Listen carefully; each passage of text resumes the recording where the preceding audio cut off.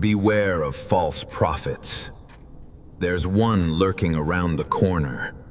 A journey of fate, a fate of knowing of an outcome before it even begins.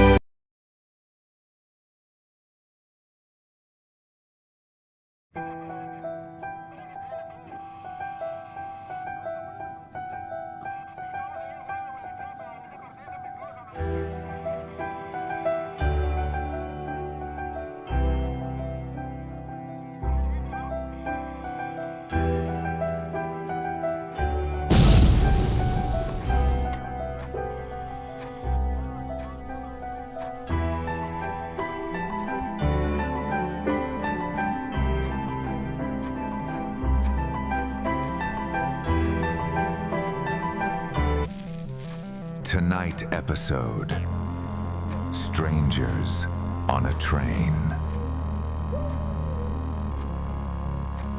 Lux presents Hollywood.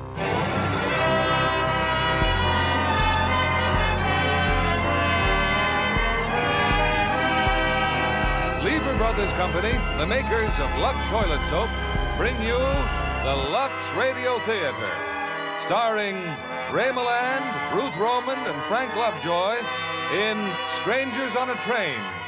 Ladies and gentlemen, your producer, Mr. William Keeley. Greetings from Hollywood, ladies and gentlemen. Travel by train, ship, or plane usually puts us in the mood to be kind to strangers. A question which would ordinarily receive a courteous but unencouraging answer is almost welcomed when we find ourselves in strange surroundings without the security of friendly conversation. It's a commendable custom, but at times may lead to unexpected and terrifying complications, as our stars tonight are about to portray. Ray Milland and Frank Lovejoy, who are the strangers on a train, and Ruth Roman, who recreates her starring role. Not only was this Warner Brothers picture directed by that noted master of suspense, Alfred Hitchcock, but one of the major roles was played by his daughter, Patricia Hitchcock. And we're happy that Patricia could appear tonight in her original part in Strangers on a Train. I'm sure there are no strangers in our audience to the improving qualities of Lux Toilet Soap as a beauty care, because Lux facials are the daily companions of lovely ladies who know they can depend on Lux Soap for the complexion care that leaves their skin lovelier. Here's Strangers on a Train, starring Ray Milland as Guy Haynes, Ruth Roman as Ann Morton, and Frank Lovejoy as Bruno Anthony, with Patricia Hitchcock as Barbara.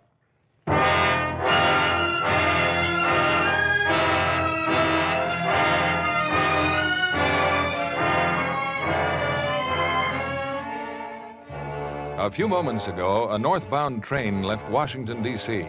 Among the passengers settling down in the club car are two young men. I beg your pardon. Hmm? Oh, I hate to interrupt your reading, but aren't you Guy Haynes? that's right. I'm quite a tennis fan. I saw your match last season in South Orange against Faraday. Well, that was one of my lucky days. I certainly admire people who do things. By the way, my name is Anthony, Bruno Anthony. How do you do? Well, I guess you want to get back to your book. You go ahead and read. Thanks.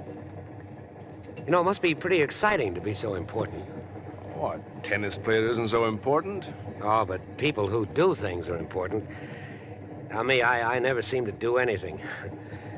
I suppose you're going to Southampton for the doubles, hmm? You certainly read the sport page, don't you? I wish I could be there to watch you, but I've got to be back in Washington tomorrow. Cigarette? No, not now, thanks. You don't happen to have a match? Here. Oh, a lighter. Thank you. Oh, my, that's elegance engraved, too, from A to G. I bet I can guess who A is. Ann Morton. Oh, wait a minute. Oh, it's simple. See, sometimes I turn the sports page and look at the society section. Pictures, too. She's very beautiful, Senator Morton's daughter. You're quite a reader, Mr. Anthony. Yes, I am. You ask me anything, I've got the answer. Even about people I don't even know. Like who would like to marry whom when his wife gets a divorce. Maybe you read too much. Well, there I go again. I meet somebody I like and admire, and I say the wrong thing. Oh, forget it. I guess I'm just a little jittery. Oh, well, there's a cure for that. Waiter. Scotch and plain water, please. A pair, doubles. That's the only kind of doubles I play. Well, I'm afraid you'll have to drink both of them. And I can do it. When's the wedding? What? Oh, you and Ann Morton. The wedding. It was in the papers. Well, it shouldn't have been unless they've legalized bigamy. It's wonderful, you know, having your company all the way to New York. Well, as a matter of fact, I'm getting off at Metcalf. Metcalf? Who would want to stop at Metcalf? It's my hometown. Oh. Oh, I get it. A little chat with your wife about the divorce. Well, here's luck, Mr. Haynes. Drink up, then we'll have lunch sent to my compartment. Thanks very much, but I think I'll go to the dining car. Oh, that's filled up. There's no seats for about 20 minutes. Well, how about lunch in my compartment? Oh, I wouldn't think of that. Come along, Mr. Haynes. You know, this is a real pleasure.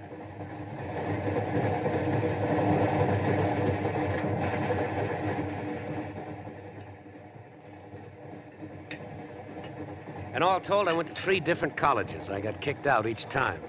Drinking and gambling, not like you, huh, Guy? All right, so I'm a bum. Who said you were? Well, my father, he hates me. With all the money he's got, he thinks I ought to punch a time clock somewhere and work my way up selling paint or something. Well, I think possibly he's... I hate him, too. I tell you, I get so sore at him sometimes, I want to kill him. You know, I don't think you know what you want. Well, I want to do something and everything. You know, I've got a theory you should do everything before you die. Have you ever driven a car blindfolded at 150 miles an hour? No, not lately. Well, I did. Flew a jet plane, too. Man, what a thrill. Almost blew the sawdust out of my head. Say, what are you trying to prove? Well, I'm not like you, Guy. You're lucky and you're smart. First of all, you're a wonderful tennis player. On top of that, you've got a swell job. Assistant to a United States senator. And on top of that, you're going to marry the boss's daughter. Makes a nice shortcut to a career, doesn't it? Marrying the senator's daughter's got nothing to do with it. Oh, now take it easy, Guy. I'm your friend. Remember, I like you. I'd do anything for you. Look, we'll be stopping soon, and I've got to change trains. Oh, yes, that's right, Metcalf. What did you say her name was? Your wife's? Miriam. Miriam. I suppose she played around a lot, huh? Skip it, Bruno. Okay. Say, want to hear one of my ideas for a perfect murder? Murder? Look, I may be old-fashioned, but I thought it was still against the law. Well, what's a life or two? You know, some people are better off dead. Someone like your wife and my father, for instance. Now, let's say that you'd like to get rid of your wife. You know, you've got quite a sense of humor, Bruno. No, seriously. Let's say that you had a very good reason to want her dead. But you'd be afraid to kill her, and you know why? You'd be caught. What would trip you up? The motive. Now, here's my idea. I'm afraid I don't have time to listen. Oh, it's so simple, too. 2 fellows meet accidentally, like you and me here on the train. No connection between them at all. They never even saw each other before. But now each one has somebody that he'd like to get rid of. So they swap murders. Swap murders? Each fellow does the other fellow's murder. There's nothing to connect them. Each one has murdered a total stranger, like you do my murder and I do yours. You're coming into my station. For example, your wife and my father. Crisscross. What? Yes, we do talk the same language, don't we? Thanks for the lunch, Bruno. I'm glad you enjoyed it. Think my theory's okay, huh, Guy? You like it? Sure. Got some great ideas. Nice meeting you. Good luck at Southampton, Guy. Bet I got some great... Oh, Guy, your lighter. You forgot your cigarette lighter. Huh. From A to G. I'll send it to him sometime. Yes, I must send it to him sometime.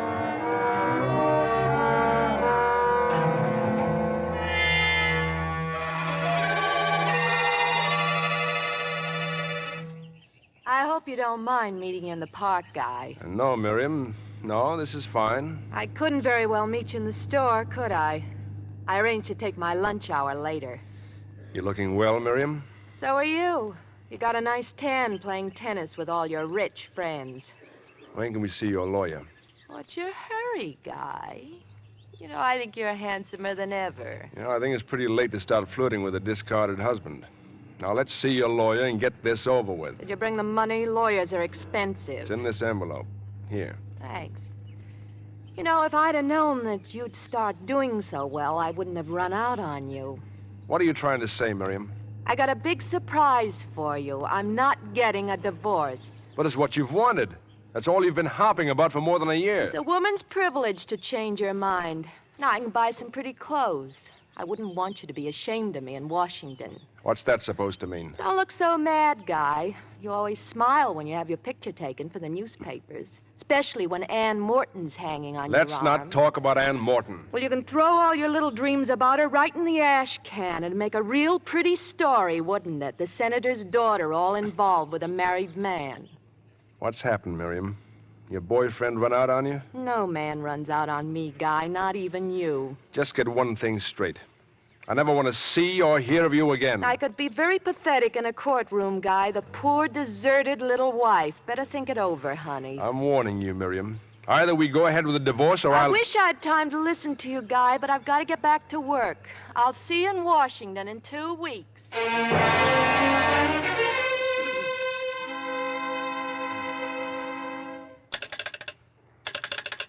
Hello? Hello, operator. I have your party now, sir. Go ahead, please. Hello? Guy, is that you? Ann? Hello, darling. Where are you? I'm in Metcalf. Oh, then you've seen Miriam. Guy, did everything go all right? No, everything went all wrong. She doesn't want the divorce. Guy, it's unbelievable. I mean, after all these months, but what did she say? Does it make any difference what she said? Oh, I'm sorry, Ann. It's just that I Yes, feel darling, so... I know how you feel. But you sound so savage, Guy. I'd like to break her neck. I'd like to break her foul, useless little neck. Oh, there's no use talking like that, dear. I know. I suppose I'd try to see her again, but I've got to get to Southampton. My train will be here in a moment. Then write me. Please write me. Sure, I'll write on the train. And don't worry, darling. We've waited this long. We can wait a little longer. I don't know what I'd do without you. I love you, Guy. But I've got to rush, dear. My train's coming. I'll see you on Thursday. Yeah, sure. Good luck, darling.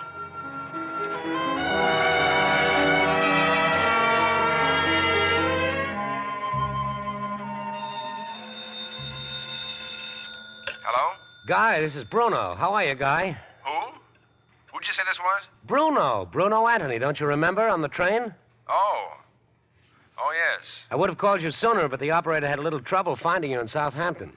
Look, would you mind telling me why you're phoning? How are the matches going, Guy? I don't play until the morning. Oh. Guy, about your visit in Metcalf. Are you getting a divorce? Oh, now, wait a minute, Bruno. She won't give it to you, right? Miriam won't give you a divorce? No.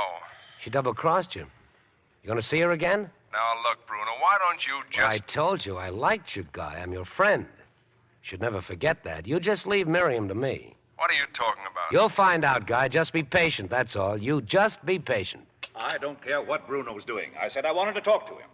Well, if you're talking about me, Father, I had to call a friend of mine long distance. Really, Charles? Must you always take this tone with Bruno? Oh, it's all right, Mother. I'm used to his tone by now. You can wipe that injured look off your face right now. You were out last night, weren't you? Well, I'm a big boy, Father. I go out at night all the time. You had another accident. You hit another car. Charles, really? Now it's hit-and-run driving, and you knew about it all the time. But, dear, it was a parked car. No one was in it. Why don't you tell that to the police? Well, they won't do anything to Bruno. This was the last time, Eunice. So help me, I'll never lift a finger for him again. It's all right, Mother. Now, dear. You know I can't stand to see you crying. There anything else you want to say to me, Father? Yes. Get out of my sight. Get out of my sight before I'll be back tomorrow, Mother. Bruno, where are you going? Oh, just a little trip, Mother. It's something for a friend of mine. Oh, you just don't understand him, Charles. You just don't understand him. What's he going to do next? Tell me, what's he going to do next? Well, nothing. Nothing at all. He's not normal. If it's the last thing I do, I'm going to have that boy taken care of. If necessary, put under restraint. I'll never permit it. Never. Never. It can't go on, Eunice. Things like this just can't go on.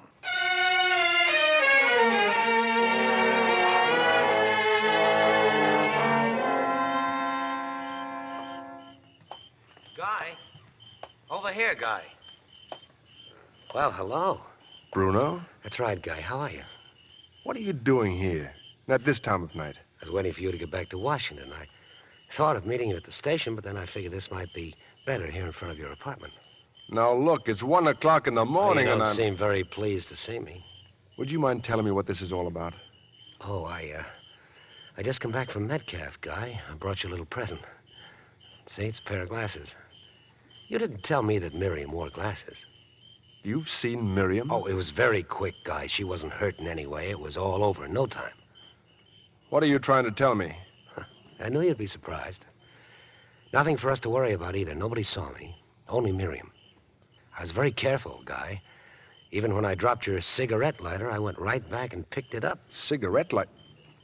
Why, you maniac! Look, Guy, we planned it on the train together. You wanted it, you remember? Where are you going? Where do you think I'm going? I don't believe you, but I'm going to call the police just the same. Oh, you can't, Guy. We'd both be arrested for murder. You're just as much in it as I am. We planned it together, crisscross. Why, you crazy fool. Do you think you can get away with that? Oh, come now, Guy. Why should I go to Metcalf to kill a total stranger unless it was part of the plan and you were in on it? You're the one who benefits, Guy. I didn't even know the girl. But if you go to the police now, you'll just be turning yourself in as an accessory, you see. You had the motive. You crazy fool. You must be tired. I know I am. I've had a strenuous evening. I got to talk to you about my father. I've done my part. Now you'll do yours. Shut up. We have to arrange things. Get away from me before I... Oh, Guy, you're not yourself. Now, when you think things over, you'll see that I'm right. Tomorrow we can... I don't know you. I never saw you before, and I never want to see you again. Your lighter, Guy. The one that Anne gave you. You left it on the train. Don't you even miss it? Give it to me, Bruno. Give me that lighter. I don't have it, Guy. That is, I don't have it with me. Well, as I said, we can arrange everything tomorrow.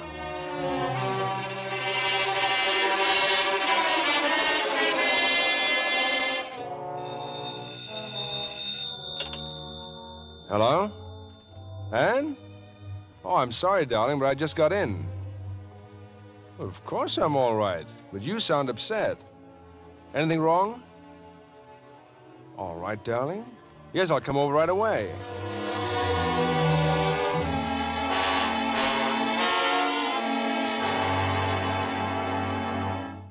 Thanks for coming over, darling. Anne. Anne, what is it? You're trembling. I wonder if you know how much I love you. Come along, Guy. Father and Barbara, they're waiting in the library. Thought we might be alone, Guy, but Anne insisted, and so did Barbara. Now, really, Daddy, if I'm going to be Guy's sister-in-law, the least I can do is stay. Sit down and keep quiet. Guy, we wouldn't have called you at this hour if it weren't important. It's about your wife. Miriam? What about her, sir? I'm sorry to be the one to tell you. She's been killed, Guy. Murdered. The police have been trying to locate you everywhere. You're to call headquarters in Metcalf. Miriam. Murdered. Tonight about 9 o'clock, she was strangled.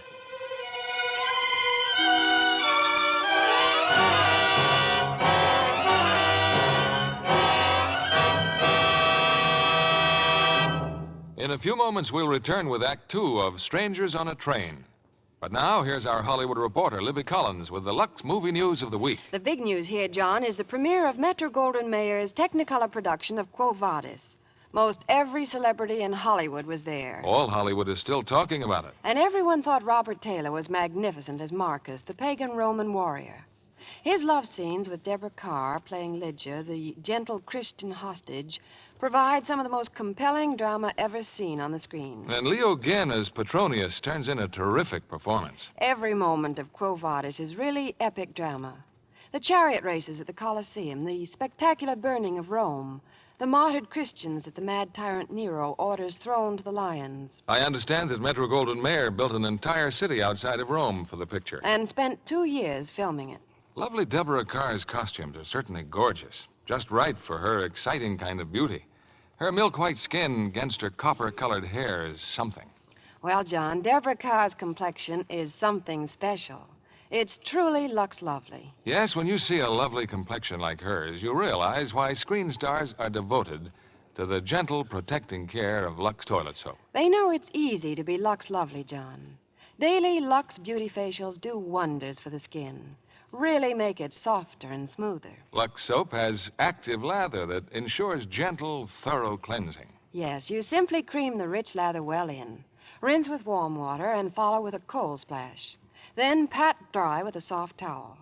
This simple care does wonders. Leaves skin fresh as a flower. Yes, there's a reason why Lux is Hollywood's own beauty soap. If you haven't tried it, why not start your active lather facials tomorrow? Be Lux lovely, like 9 out of 10 screen stars who use fragrant white Lux toilet soap. Now our producer, Mr. William Keeley. Act 2 of Strangers on a Train, starring Ray Milland as Guy Haynes, Frank Lovejoy as Bruno Anthony, and Ruth Roman as Ann Morton.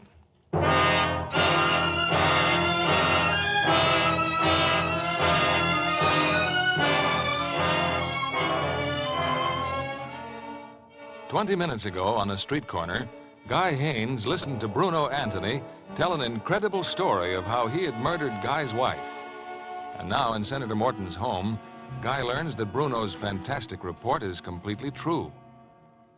It happened in an amusement park, Guy. Some sort of lover's lane, I believe. Terrible. Apparently, she'd gone there with some other people. 2 of the young men found her. It was done by someone else. They don't even have a suspect, Guy, except you, probably. Barbara, I wish you'd keep quiet. But the police will say that Guy wanted Miriam out of the way so he could marry Anne. She's right, Senator. But if you have an alibi, you have nothing to worry about. You can tell them where you were at about 9 o'clock tonight. Well, I was on my way here. I was on the train. Well, there you are. Who saw you? Did you speak to anyone? You need a witness. Yes.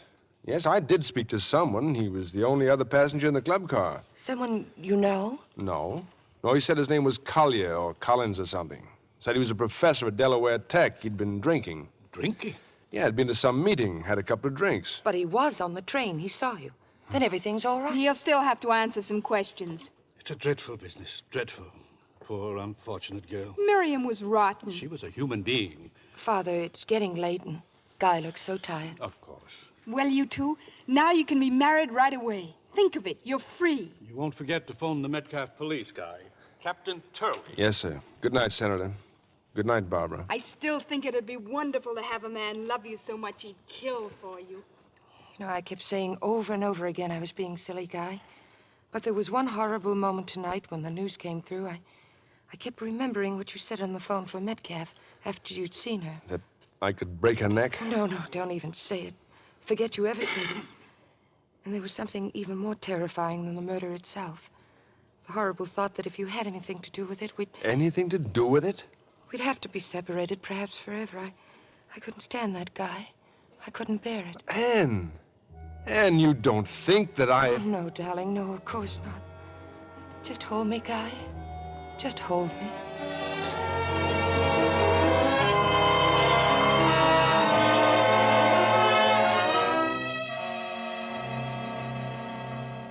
I'm Captain Turley. Mr. Haynes, it's good of you to come down here so quickly. I'm just as anxious as you are, Captain. Well, we've managed to locate the gentleman you spoke with on the train. Well, Professor, this is Mr. Haynes. Well, I can't tell you how foolish I feel, Captain. I really don't remember meeting this gentleman. You don't remember? But you... Just a moment, Mr. Haynes. Unfortunately, I remember very little of my trip. You see, we had a little celebration. I'm not a drinking man, and, well, just 1 or 2 drinks. But we were sitting opposite each other. You were going over some speech you made about calculus, mathematics or something. I'm very sorry, Mr. Haynes. I certainly must have been celebrating. If you'll wait outside, Professor. Yes, of course. Is it so important whether he remembers me or not? Surely the important thing is that I've been able to name a man who was on the train with me. Now, you've been able to find him. Isn't that proof of where I was last night? Yes, I'd say you were in the clear, but there is a little more checking I'd like to do. But if I'm in the clear... Take it easy, Mr. Haynes. You're free to go back to Washington right now. Thank you, Captain.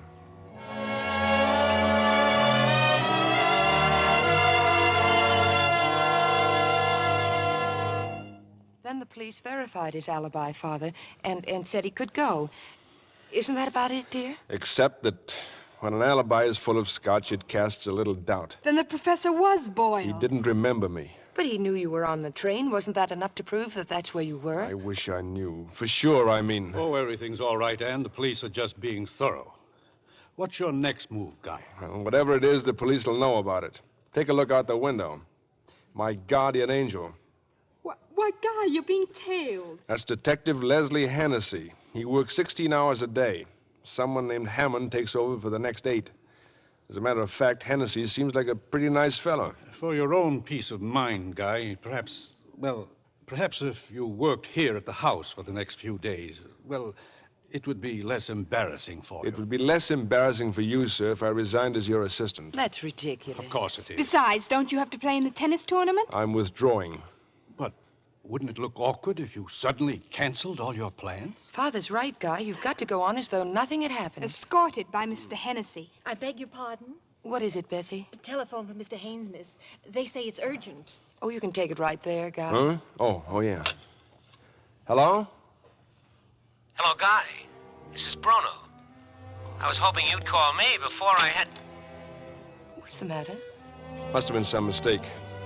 Wasn't for me.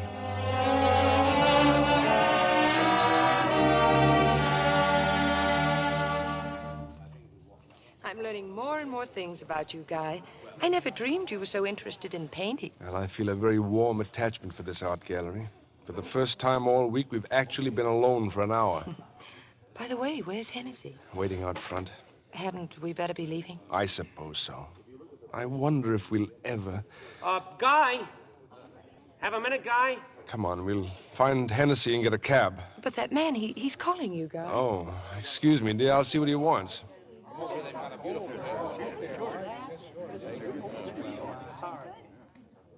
to have to follow you here, Guy. Will you stop pestering me? You never even answered my note. For the last time, Bruno. You're spoiling everything. You're making me come out in the open. Why didn't you call me? My father's leaving for Florida next week. There's not much time. The detective outside. He'll see us together. Isn't that Ann Morton that you're with? Slight improvement over Miriam. Eh, Guy? I'm telling you to stay away from me.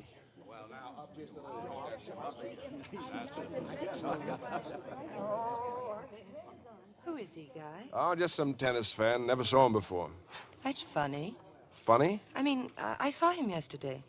Where? Well, he was at the tennis club watching you practice. Oh. He was sitting with Mr. and Mrs. Darville. He must be very amusing. He had them in stitches most of the time. Who were the Darvilles? Oh, he's connected with the French embassy. You'll meet them tomorrow night, darling. They'll be at the party. Oh, yeah. Yes, the party. And do you really think I should be there? But I thought we settled that, dear. Of course you should be there. He's watching us, Guy, that man. Come along, dear. Let's go home.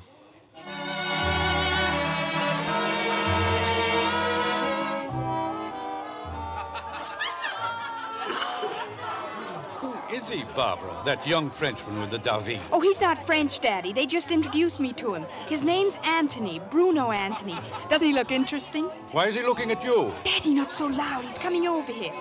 Oh, this is my father, Mr. Anthony. Well, I'm delighted to meet you, Senator. How do you do? Oh, it's a wonderful party, sir. You know, sometime I'd like to talk to you about my idea for harnessing the life force. It'll make atomic power look like the horse and buggy. Well, I'm sure I'm already developing my faculty for seeing millions of miles. Senator, can you imagine being able to smell a flower on the planet Mars? I'd like to have lunch with you someday soon, sir, and tell you more about it. I'll see you later, won't I? That'll be fine. Later, yes. I still don't remember inviting that young man. I told you, Daddy. The Darvilles just brought him along. Just a minute, Barbara. Where are your glasses? My glasses? You're supposed to wear glasses, Barbara. Oh, but Daddy, even at parties? Not another word. Get your glasses and put them on. What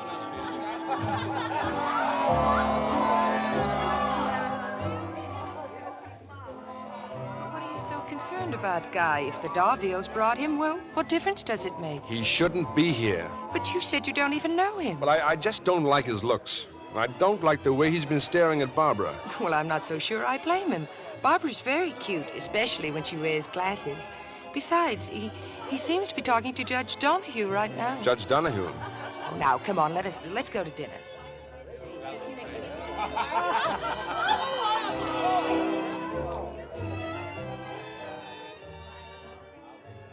There's something else that I want to ask you, Judge Donahue. After you've sentenced a man to the chair, isn't it difficult to go out and eat your dinner after that? Really, young man. Well, when a murderer has been convicted, he must be sentenced. When he's sentenced to death, he must be executed. Oh, Quite impersonal, isn't it? Besides, it doesn't happen every day. Yeah, so few murderers are caught. If you don't mind, I believe I'm being paged. Well, Mr. Anthony, you seem very interested in the subject of murder. Well, no more than anyone else, madam. No more than you, for instance. Me? Oh, no, I'm not interested in murder. Oh, come now. Everyone's interested. Surely you're not going to tell me there hasn't been a time that you didn't want to dispose of someone. Good heavens, no. You mean to tell me there wasn't a tiny moment when you were made very angry? Well, What did you say? Well, there you are, you see? There you are. Now you've decided to commit a murder. How would you plan to do it? I didn't get your name. Mrs. Cunningham. Well, Mrs. Cunningham, how will you do it? Well, I suppose I'd have to get a gun from somewhere. Oh, no, Mrs. Cunningham. Bang, bang, bang all over the place and blood everywhere? Well, what's your idea, Mr. Anthony? Well, I have the best way and the best tools. Yes? My 2 hands. It's simple, silent, and it's quick. Why, of course. Oh, you must be very strong, Mr. Anthony. Well, let me show you what I mean. Uh-huh. You don't mind if I borrow your neck for a moment, do you? But that's so silly. Very well. Go ahead. You now watch what I'm doing. Uh-huh. And when I nod my head, you just try to cry out. Yes. I'll bet you won't be able to make a sound. I'm ready. All right, now. Just wait till I nod my head.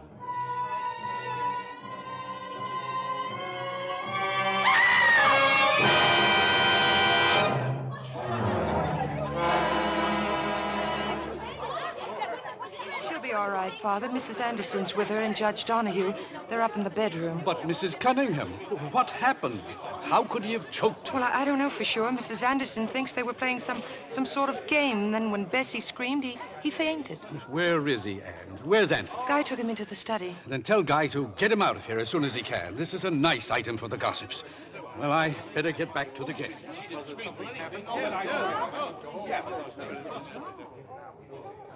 Anne. Oh, Anne. Barbara, what's the matter? It was awful. I saw him. What was he trying to do to her? You saw him? I was standing in the doorway. His hands were on her throat, but he kept staring at me. And he was strangling me. What do you mean? He went into sort of a trance. Oh, it was horrible. He thought he was murdering me. But why, Anne? Why me? Don't be silly, dear. You're upset. That's all. Now go find Father.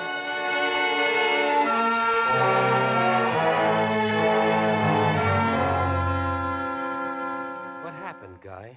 I fainted, didn't I? I started getting so dizzy. You mad, crazy maniac. You ought to be locked up. Will you get out of here now and let me alone? But, Guy, I like you. Now we've got to talk about my father. You promised to... You shouldn't have done that, Guy. You shouldn't have hit me. Maybe that'll knock a little sense into you. You have a car here? Yes, it's outside. It's down the block. Come on, we'll go out the back way. Guy, did he leave? Anne? I didn't mean to startle you, dear. He has left. Yes. Anne, why'd you come out here? I had to talk to you. Yesterday at the art gallery, that wasn't the first time you met Bruno, was it? What makes you say that? I don't know. Guy, what did Miriam look like? But I've told you. I want you to tell me again. Well, she was dark, not too tall, sort of pretty. What else? What else is there? She wore glasses, didn't she? Yes? Barbara wears glasses, too. And Barbara looks something like Miriam, doesn't she? Doesn't she? No. No, not at all. How did you get him to do it, Guy? Get him to do it? He killed Miriam, didn't he? Tell me, didn't he? Yes. Yes, he's a maniac. I met him on the train going to Metcalf. He had some crazy scheme about exchanging murders. If I do his murder, he'd do mine. What do you mean, your murder? Well, he'd read about me in the papers. He knew about Miriam, about you. You must have known he was talking nonsense. But he wasn't. And now a lunatic wants me to kill his father. It's too fantastic. You've known about Miriam all this time. Yes. Why don't you call the police? And have them say what you did? How did you get him to do it? If we could only talk to Father or someone about it. It's no good, Anne. I can't drag anyone else into this. Guy, what are we going to do? I don't know. I don't know.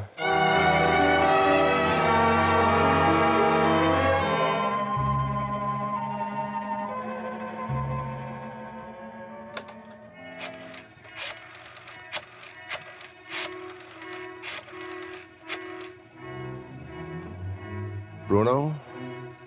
Bruno, this is Guy. I've decided to do what you want about your father. Yes, I want to get it over with. Detective? Oh, don't worry about Hennessy. There's a way out across the roof here to the next apartment. Does anyone know you've come home?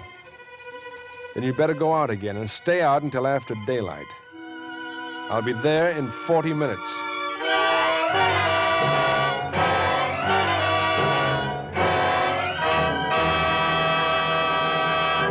Before we return with Act 3 of Strangers on a Train, I'm going to introduce my guest for tonight. She's very special, a blue-eyed blonde who's to be congratulated on playing the leading role in the very first picture she's made. And when I tell you her name, you'll know she sings, she dances like a dream. Here she is, Miss Aileen Stanley, Jr. Named for my aunt, Aileen Stanley, who starred in so many Broadway musical comedies. I only hope that you'll live up to the Aileen Stanley name? You've certainly made a fine start. Well, I have Warner Brothers to thank for the opportunity and for casting me opposite a star like Gordon MacRae. We'll all be watching for you, Aileen. Aren't you sorry you won't be in New York on Thursday for the world premiere of Warner Brothers' new musical? Oh, you mean, I'll see you in my dreams? That's it. That song is the title of their new picture, portraying the story of the famous songwriter Gus Kahn. The cast has Danny Thomas playing Kahn, Frank Lovejoy as his collaborator, Walter Donaldson, and Doris Day as his wife, Grace Kahn, sings his wonderful songs, Making Whoopee, Pretty Baby, Nobody's Sweetheart. And there's something more to make I'll See You in My Dreams a picture to watch for.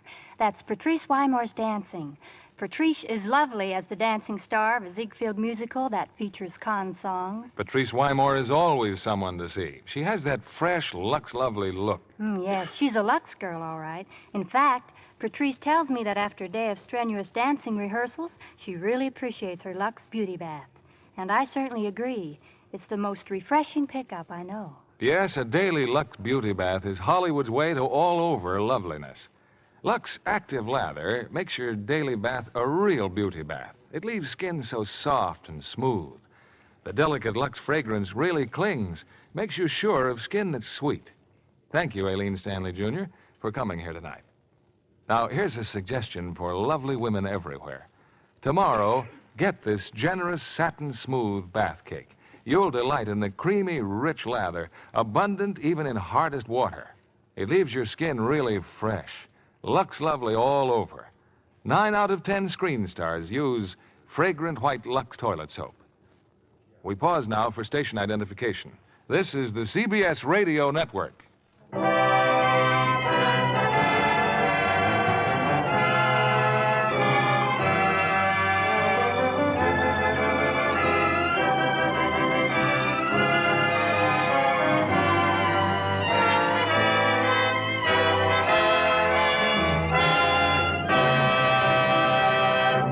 The curtain rises on Act 3 of Strangers on a Train, starring Ray Milland as Guy Haynes, Ruth Roman as Ann Morton, and Frank Lovejoy as Bruno Anthony.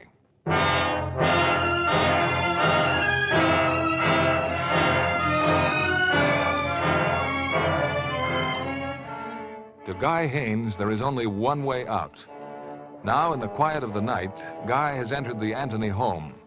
With the key and the map of the house that Bruno sent him, Guy has no trouble finding Mr. Anthony's bedroom.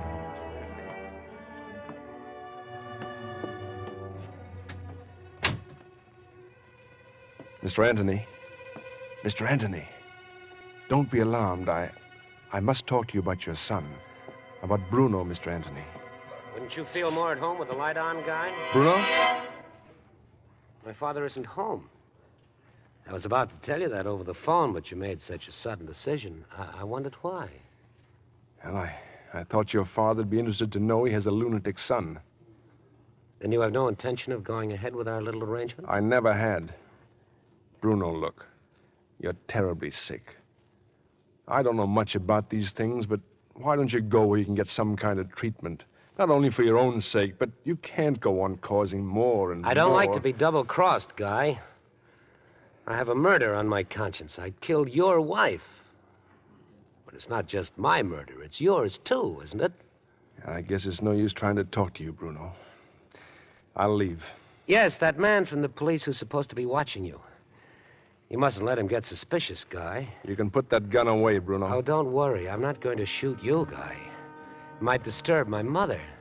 I'm a very clever fellow. I'll think of something much better than that. Good night, Guy.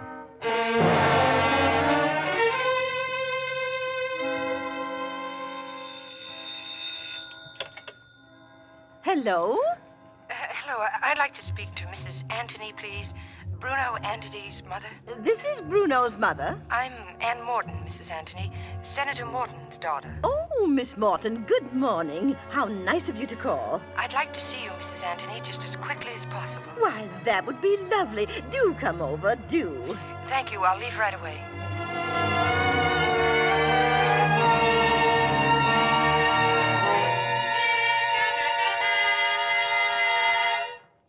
No one knows I'd come here, Mrs. Anthony, but I simply had to tell you. Oh, Miss Morton, really. I know Bruno's been in some very awkward scrapes, but nothing so ridiculous as a murder. But you have to make him do something about this. Don't you see that just one word from him would get Guy out of a dreadful situation? Well, but how can you take this seriously? It's just some practical joke, dear. Bruno's so terribly irresponsible. Oh, he gets into all sorts of escapades. But you don't seem to understand. Your son's responsible for a woman's death. Did Bruno tell you this? Well, no, of course not. Well, there you are. Well, now, it was very nice of you to call, Miss Morton. Do come and see us again sometime, won't you? I'm afraid Mother wasn't very much help, was she? If you don't mind, I think I'd better leave. Mother hasn't been too well for some time. She's a little, well, how shall I say it? She's confused. You know, I'm very upset with Guy. He shouldn't have sent you. Guy doesn't know I'm here, Mr. Anthony. He's at the tennis club, isn't he? He will be. Yes, he's playing Reynolds this afternoon. It's a very important match. He must be very desperate to try to involve me. Try to involve you? Well, I've been protecting Guy ever since he told me how much he hated his wife. Do you know, Miss Morton, that Guy tried to get me to go back to that amusement park some night after dark and look for his cigarette lighter? What's a cigarette lighter got to do with it? Why, he dropped it there right after he... Well, after that night. You see, all the police are waiting for is one piece of evidence to convict Guy for the murder. I can't tell you how worried I am. Please stop. Miss Morton, I do sympathize with you, but I just couldn't do what he asks. Why, that would make me an accessory.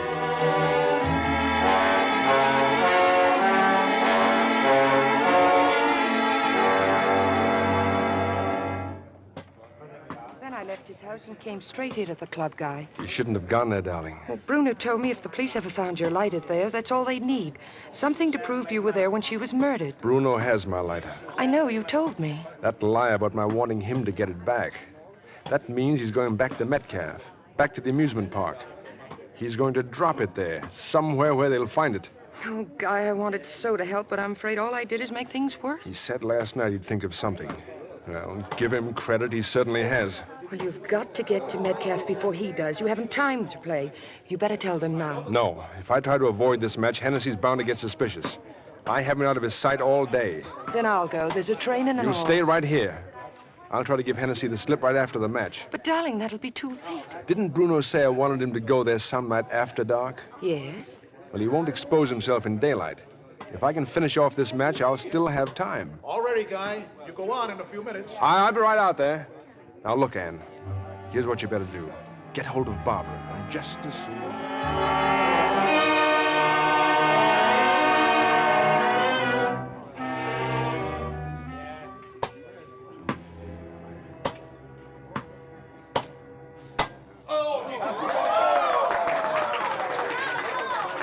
Isn't he wonderful, Mr. Hennessy? Huh? Oh, how are you, Barbara? Oh, this here's Mr. Hammond. Mr. Hammond, this here's the senator's other daughter. Hi. Oh, yes, I've seen Mr. Hammond outside the house. He's a detective, too. You and he take turns, don't you? Yeah, something like that. But if he's your relief man, why would the two of you be here together? Look, you're a nice kid, Barbara. Now, watch him hit the little ball and don't ask so many questions.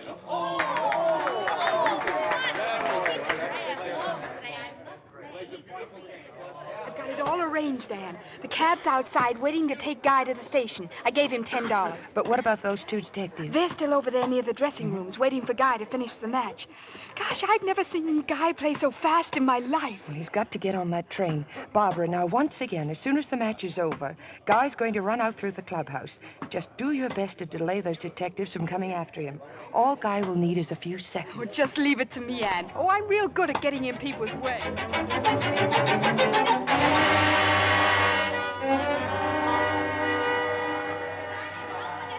Looks like we're out of luck, Hammond. Haynes beat us to it by about 2 minutes. The guy says he bought a ticket to Metcalf. Well, what are we waiting for? The train just pulled out. We can still have him flag it down before he's... Relax. Let him go to Metcalf. We'll phone Captain Turley and let them take over at that end. That nutty little thing. Barbara's a nice kid. Maybe it was an accident. Pushing you in the fish pond? Just one thing that puzzles me. What's Haynes' big rush to get to Metcalf? What's he going back for? Come on, Hennessy. Let's phone Turley.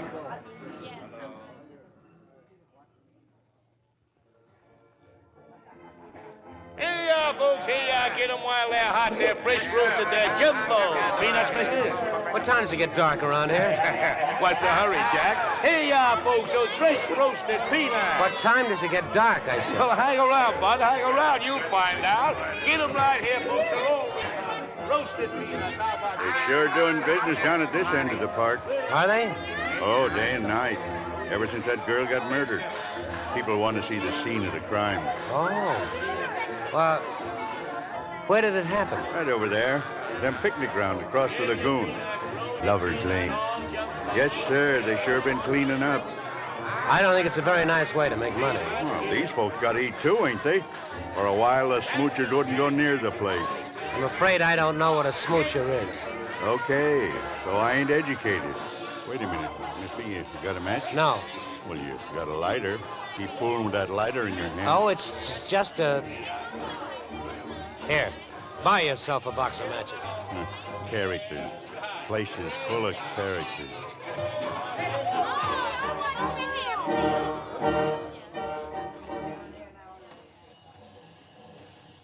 Hello, this is Sergeant Adams. I'm phoning from the station. Put Captain Turley on the phone. This is Turley. Haynes just got off the train, sir. He took a cab. He told the driver to take him to the amusement park. All right, good. Pick up your men and go to the park. I'll take a group from here. We'll be waiting for him. That's all, Adams.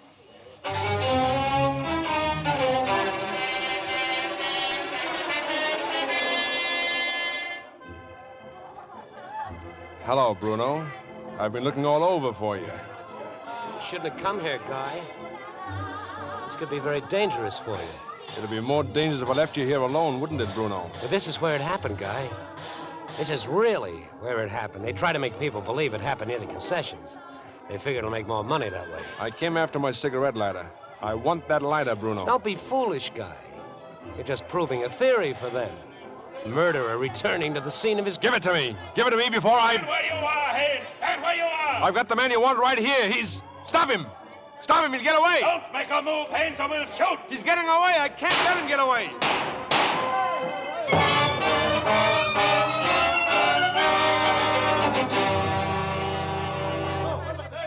This way, Captain Turley. The roller coaster. They ran toward the roller coaster. All right, just watch your fire. There are too many people here.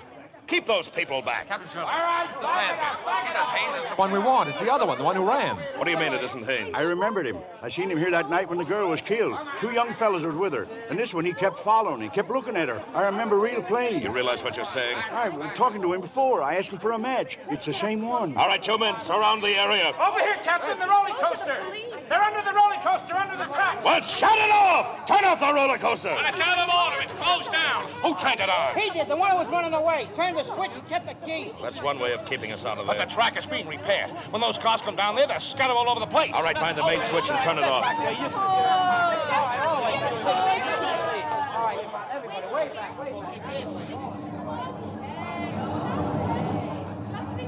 Stay where you are, Guy. Don't come any closer.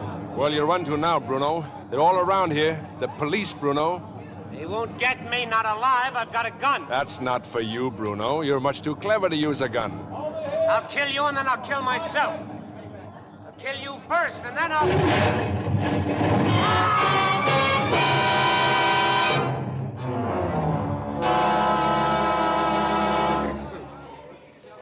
You better start talking, Haynes. What's this all about? Well, he had my cigarette lighter. He came back here tonight to plant it, to pin the whole thing on me. Cigarette lighter, huh? Let me talk to him, please. All right, take it easy now. Over here. He's in a pretty bad way, Captain. Can't you lift that stuff off him? We've done everything we can until the crane comes. Hello, Guy. Who was that with you? This is Captain Turley, Bruno. Police. Oh, they got you at last, huh, Guy? Tell him, Bruno. Tell him you have my lighter. But I haven't got it, Guy. Must still be over there where you dropped it that night. You dropped it, huh? Sorry, Guy. I want to help you.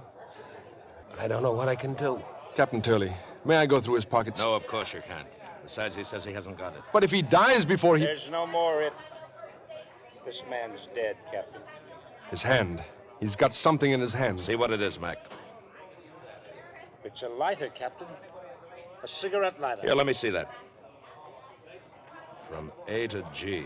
From Ann to Guy. Looks like you were right, Haynes. Well, I better keep this for a while. How about staying in town overnight? I imagine there's a lot you may want to tell me. Yes, I imagine there is. Captain, may I use the telephone? Sure, go ahead. There's one up near the entrance. Say, who was he, mister? That guy. His name was Bruno Anthony. A very clever fellow.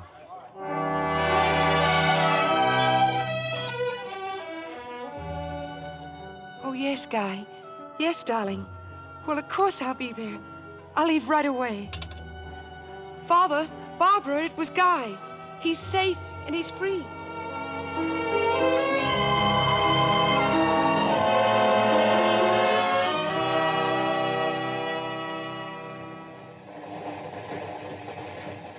Guy? Yes, dear? That man across the aisle, he keeps looking at you. Oh? He's a minister. I didn't know you knew any ministers. I beg your pardon, but aren't you Guy Haynes? I'm sorry, sir, but when I was a very little boy, my mother warned me never speak to strangers on a train.